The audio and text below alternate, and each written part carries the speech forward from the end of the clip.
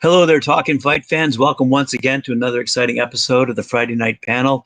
Tonight we have a special guest joining us, not from the world of boxing per se, but the world of Talkin Fight. Neil the Deal, welcome to our panel. Thank you very much for joining Christian and Mike.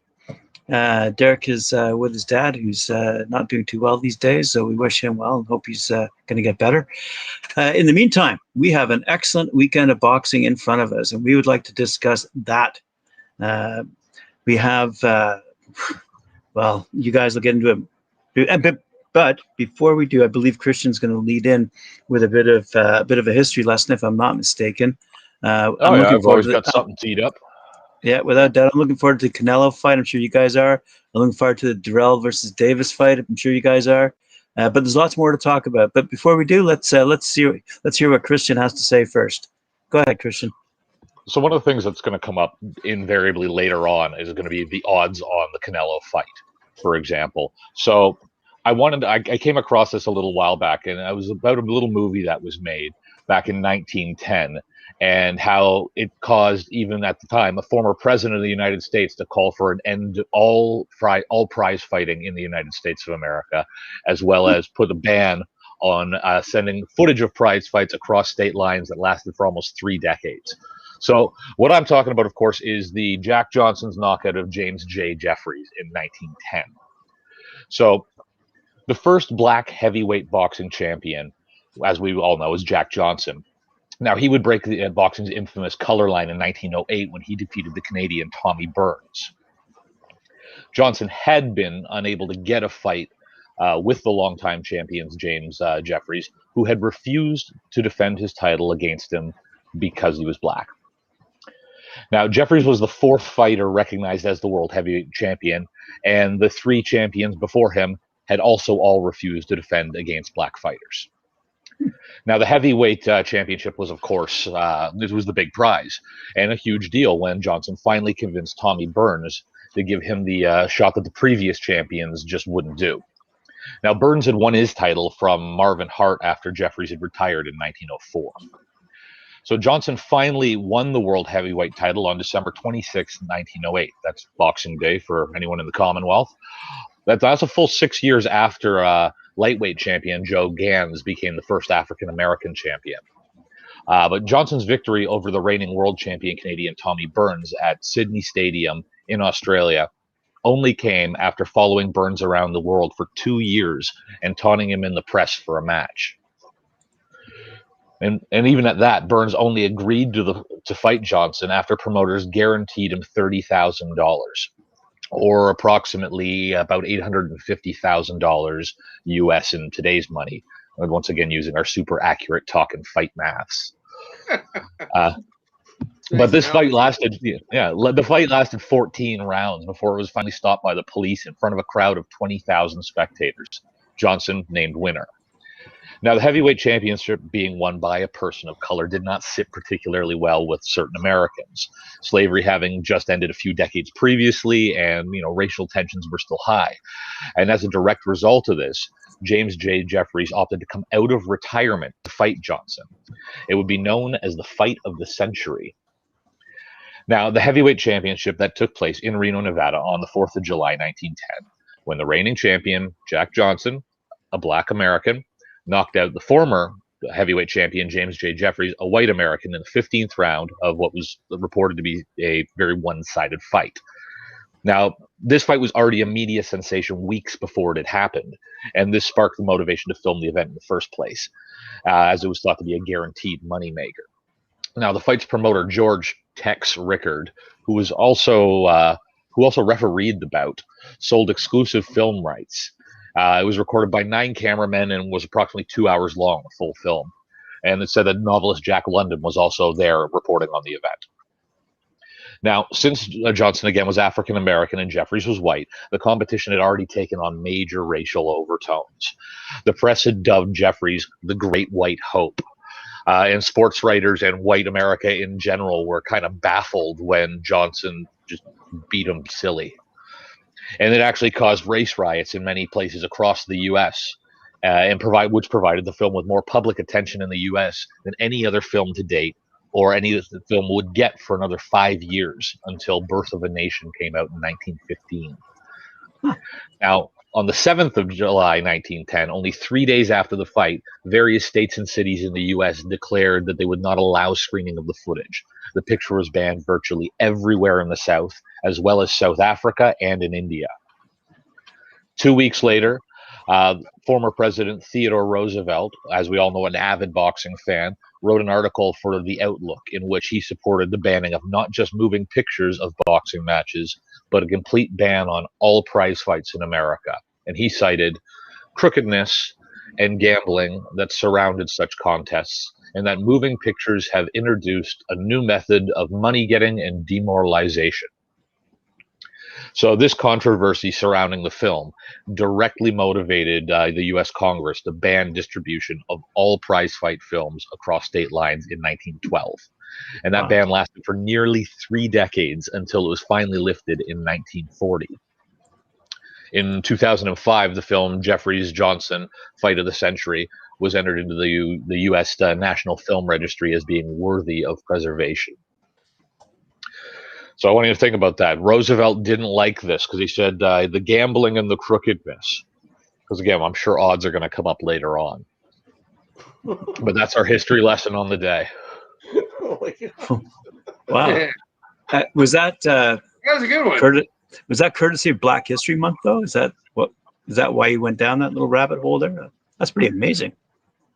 I actually I happened to come across that story actually earlier in February. Now that you mention it, a couple of weeks ago. But as we've had some special guests on the show as of late, we haven't been doing too many history tidbits. So I've had that one in the back pocket, waiting for our moment, and I took it. Right on. All right, Mike, why don't you lead us into this weekend of fights that we're all looking forward to? What's up? Definitely. Yo, first of all, Christian, did your pillow grow from last week? Because it looks like one big one now. You had to mention pillows. I had to ask, man. I had to ask.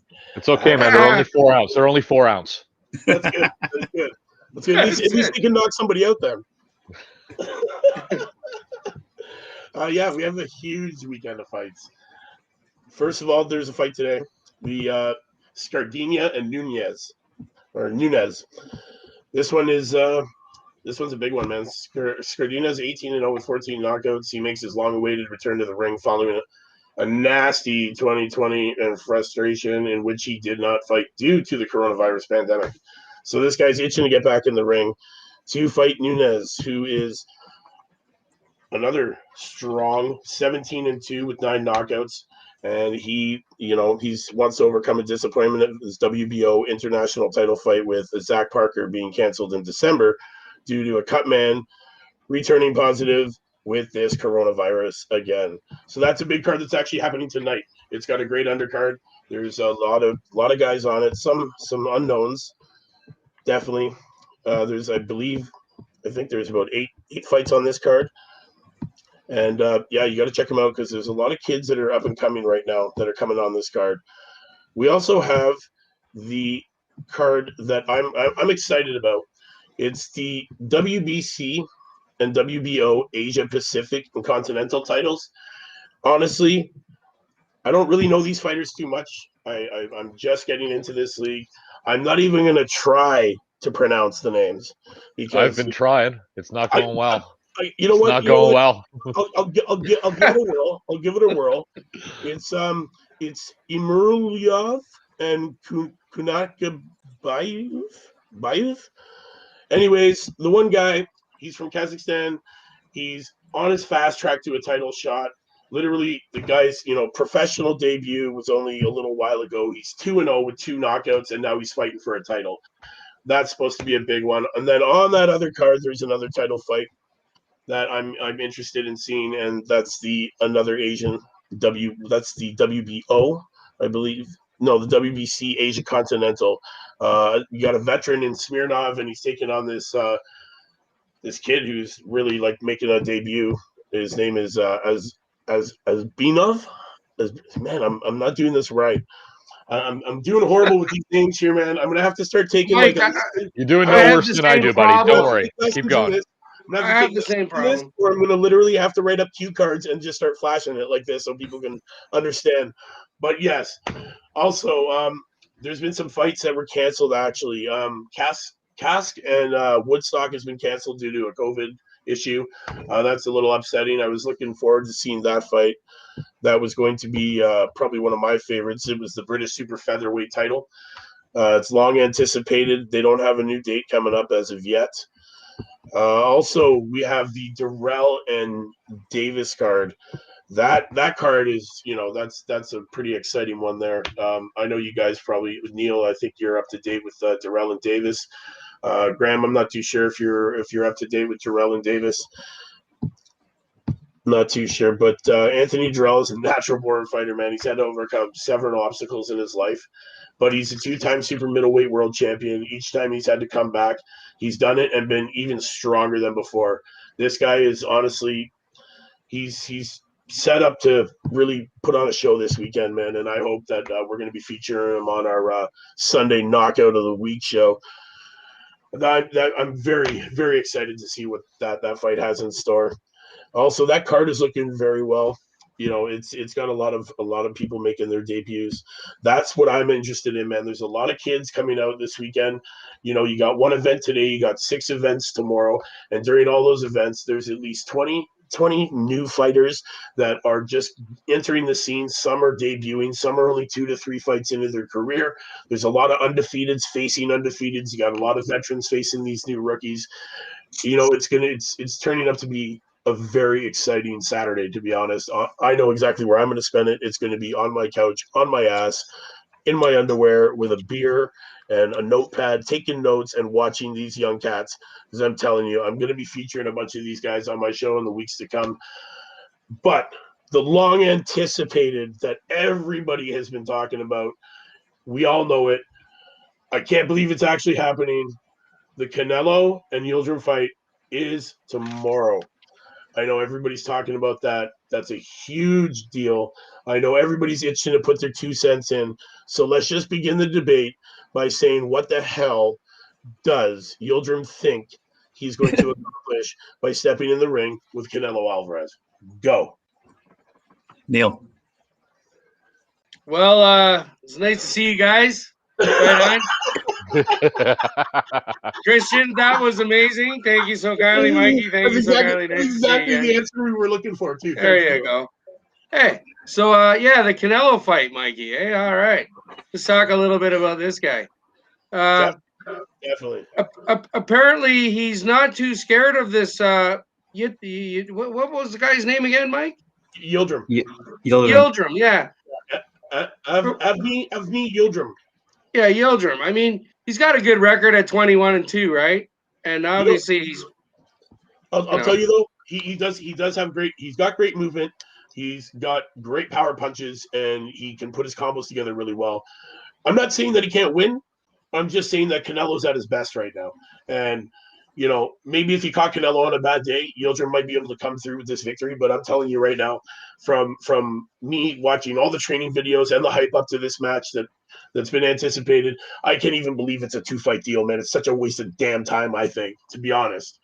Well, I don't know why they've signed a 2-fight deal for this snore fest. I think it's going to be a couple of rounds in, and Yildirim's going to get his head knocked in. I was going to say something else, but I stopped myself there. But Yildirim is not he's not a crap fighter, man. He is a good fighter, but when you bring Canelo at his best, he's not going to be able to perform this at that caliber, man. To be honest, well, that's pretty much what I was going to say myself too, Mike. Honestly, I mean, Canelo right now is at top form. All right, we all know that he's really ready to go. Like, he's got something to prove to himself, I guess, is what it is. I don't know what that. I mean, he lost one, so that really upset him. So, right? So, right? So, anyways, this guy, he's got a chance, because you always have a chance. If he gets a good shot in there, that's my opinion, then yeah. But other than that, Canelo, this is a Canelo fight. That's not, he's going to win this fight pretty easy. Well, honestly, by the numbers, there's nothing in between these guys either. By the numbers, you're looking, Yildirim's got a 2-inch height advantage, but Canelo's got a 1-inch reach on him. It's pretty bloody close. Honestly, but the way Canelo moves, he's unlike any other guy in the ring, man. Right now, he's one of those guys that just you can't hit him, man. His ability to be able to slip your punches frustrates the hell out of guys and really throws them off their game. And then you have Yildirim, right? You know, he's 21-2 and with 12 knockouts. He's been biding his time to fight for the WBC title once again, having been frustrated in his last outing when he clashed for the vacant crown with Anthony Dirrell in Minnesota in February of 2019. And then that ended in a technical decision win for Dirrell. So Yildirim's hungry. We know this. We know he wants to come out. We know he's trying to get this belt. He wants it because you know what? It's already been in his grasp. He's been there, but it's been decided another way. Now, does he have the ability to come to the ring and bring it to Alvarez? Sure he does, man. Sure he does. But is Alvarez at his best? And you're going to catch him slipping because you know what? We're talking about one of the greats here, man. You know, Alvarez is 54-1. You know, the ring experience there alone just speaks numbers. Ring experience is a lot, along with technique. And when you watch the two styles of training, you know, Alvarez, Canelo is just a totally different entity of fighter, man. He's got more in his arsenal than some of these guys, you know, have ever learned. It's ridiculous. But Canelo, dial it down, Mike. Yeah, come on, buddy. Come on. It's a panel. Panel. Canelo's great, but at the end of the day, when you think about it, man, it's combat sport. So Yildram's coach, takes one good shot. Yildram's trainer says that Yildirim is like Golovkin. And now you know that him and Alvarez had had two matches. Yes. Right, and the last one came to a draw. Definitely. So that's who Yildirim's trainer says he's like. Yes. The only thing I could see is if that upset is coming, that's only because Yildirim's had that belt in his grasp. It's been there, and he's lost it. Now he has that opportunity to do it again.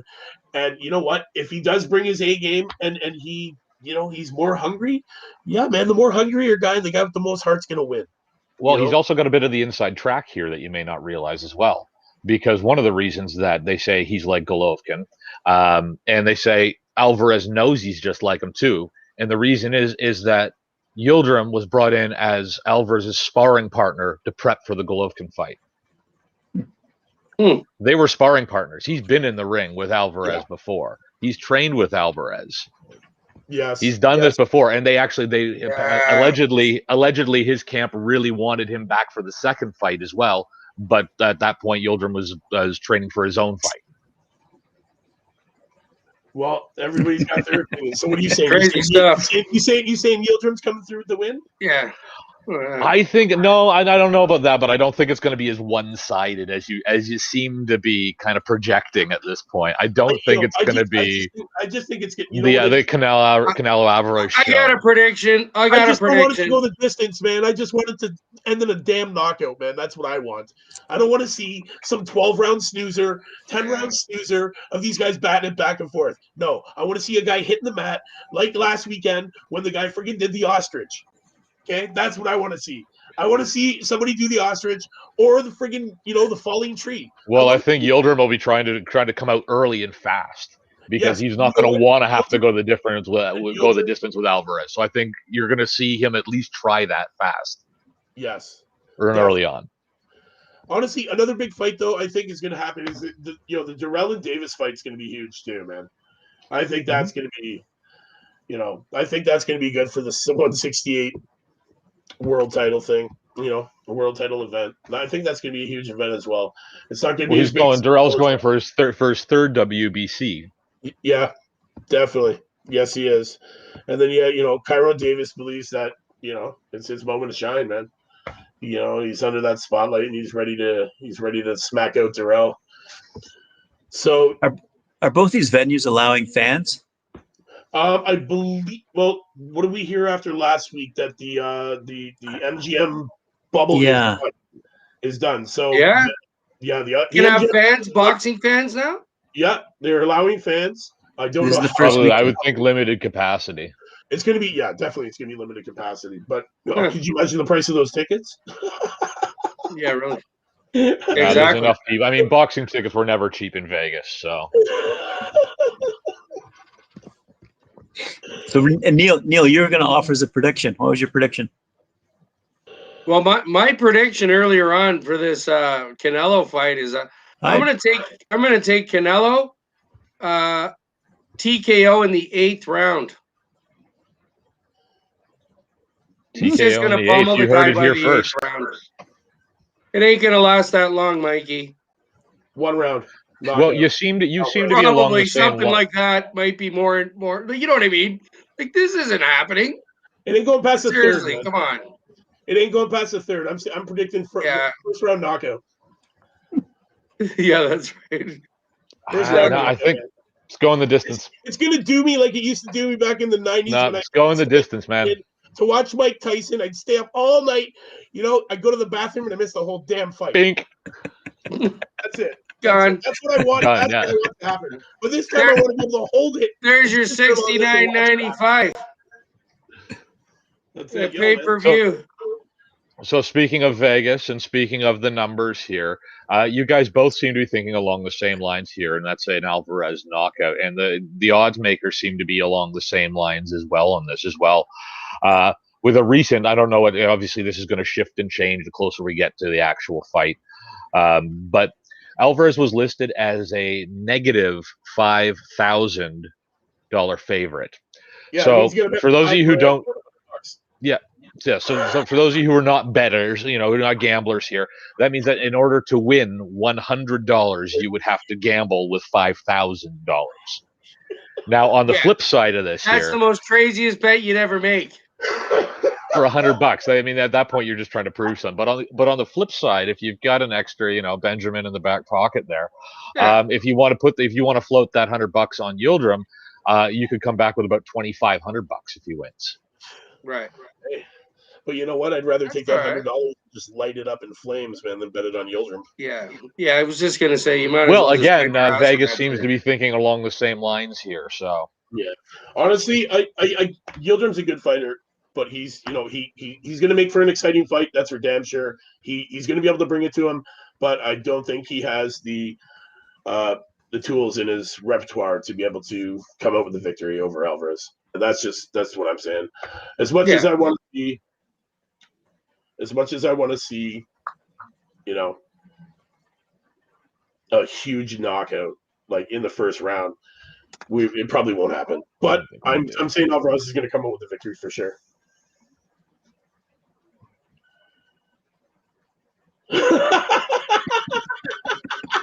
Hello. Yo. We're all enthralled with all these chat lines that are going on. Yeah, I was like, all right. Yeah. So, how much candy do you got in that van, Neil? The van? I don't know. The van? I don't know. I don't own a van. But yeah, hey Mikey, there's some really good welterweights on the undercard of that Alvarez. Of the Dirrell fight. You heard anything about these guys? Jesus Ramos and Vito Mikalecki Jr. Those are big fights, man. He's young. Yeah. He's like McClay. He's only like I think he's like 18. He's 18. Yeah, he's actually 18. Yeah. I was like, wow. Battle of the teenagers. Battle of the teenagers going on that same card, man. You got to watch that. These guys are the up and comers that I was telling you about. But you know what? We can't talk about all the fights because there's literally 8 to 10 fights on each card, 6 cards. It's a lot of shit to talk about. But what I do want to say is that Sam Noakes and Delmar Thomas and Nathan Henney and Ryan Oliver and Tommy Fury and Masood Abdullah and Amar Akbar and Adan Muhammad are all making their debuts. These are all guys that we've never heard of. They're all making their debut, and so it's fight weekend, man. That's what it is. There's a lot of things going on. It's great, man. It's great. If you're interested in amateurs and watching those up and comings, the tomorrow morning starting at about 7 a.m. and then that's the afternoon session, and then around 11 will be the evening session. Will be the gold medal bouts for the Stranya Cup. It's the oldest amateur boxing tournament in Europe, and it's going on right now in Sofia, Bulgaria. Whoa. And yeah, that's on the Olympic channel. They're live streaming that tomorrow morning. So if you are looking for up and coming and you want to get some practice in, Mikey, with some of those Kazakh names, honestly, this is what you want to watch. Learn how to even say that, man. I better hire a language coach to learn how to pronounce all these names. Well, especially if you're watching more boxing, you're going to see a lot of these Asian countries, Central Asian countries, are amazing boxing countries. They have amazing boxing programs. We just don't hear as much about them, or they don't have the same kind of fame wrapped around them, because a lot of the wins of the past were under the Soviet, when they were still Soviet republics. So it just would have gone under USSR. Yeah. And then people just think USSR is now Russia, and they kind of forget everybody else there. So you think, all those USSR wins are Russian wins at the Olympics. No, they're Ukrainian wins, they're Uzbek wins, they're Kazakhstani wins, they're Georgian wins. They're all over the place, and you're starting to see more and more and more, or at least it's getting more attention. For the last couple of weeks, I've been broadening my search on bringing in these new guys, and I've been talking about a few of these kids that are coming up and on these cards right now, man. So trust me, I know I'm all about these new kids coming up. I'm excited for it all, because honestly, it's going to give me a whole bunch of stuff to talk about in the weeks to come on my show with all these young kids coming up, man. I said check out Stranya Cup then. Yeah, right on, Mikey. That's it. These new kids are the future of boxing, so we got to support those. Got to support the boxing for the kids. Definitely. Yeah. Definitely. Well, I think we're going to have a lot to talk about on Sunday, Mike. There's going to be a lot of knockouts this weekend, I'm pretty sure. God, there's going to be tons of knockouts, man. That's all I want to talk about is knockouts. Trust me, there's going to be lots of guys sleeping, hitting the mat. That's for damn sure. And I'm going to tell you all about them. And we're going to name them. We're going to name each knockout, too. It's better be fancy. And then we're going to name the best one of the week. Last week was the ostrich. It was great. It was a brilliant one. Brilliant. He stuck his head right in that sand like it was going out of style.